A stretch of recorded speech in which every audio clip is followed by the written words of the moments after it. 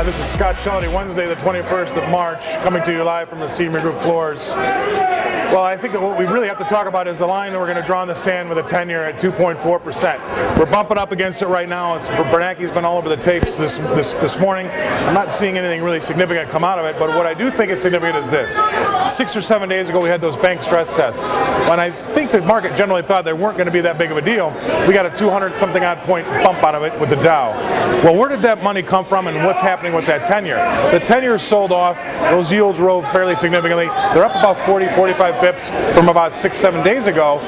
We would have thought we would have seen a lot more of that cash from those people going to cash selling that 10-year to come back into the equity markets, but it hasn't really panned out. That bump we got was from the stress test. It's not from the sell-off in the 10-year. So we're starting to believe that more and more folks out there are thinking that this stock market is getting a little bit toppy. We've had a 30-some-odd% rise from the lows in October last year. So I think that that's significant, that the street is kind of holding on to some cash and really not buying into the fact that the Dow 14,000 is going to happen anytime soon.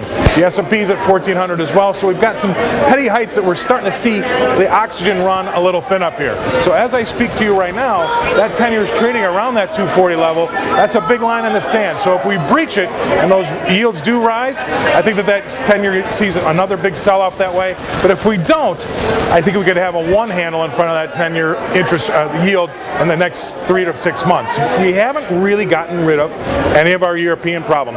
Greece went from an F to an F plus. An F plus and an F, no difference to me. We've still got other big countries coming around the corner with Italy, Spain, and Portugal that are going to have their own problems as well. That's definitely not off the table.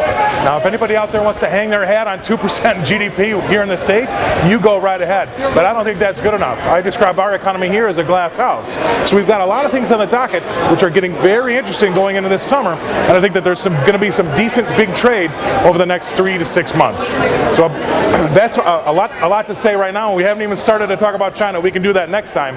But right now we've got the 2-year around 2.4%. The Dow trading down a little bit. Bernanke was speaking, and that's usually what happens when he's on. And going forward, I think the next 3 to 6 months, you're going to see some decent trade, whether we can get through that 240 level in the 10-year or not.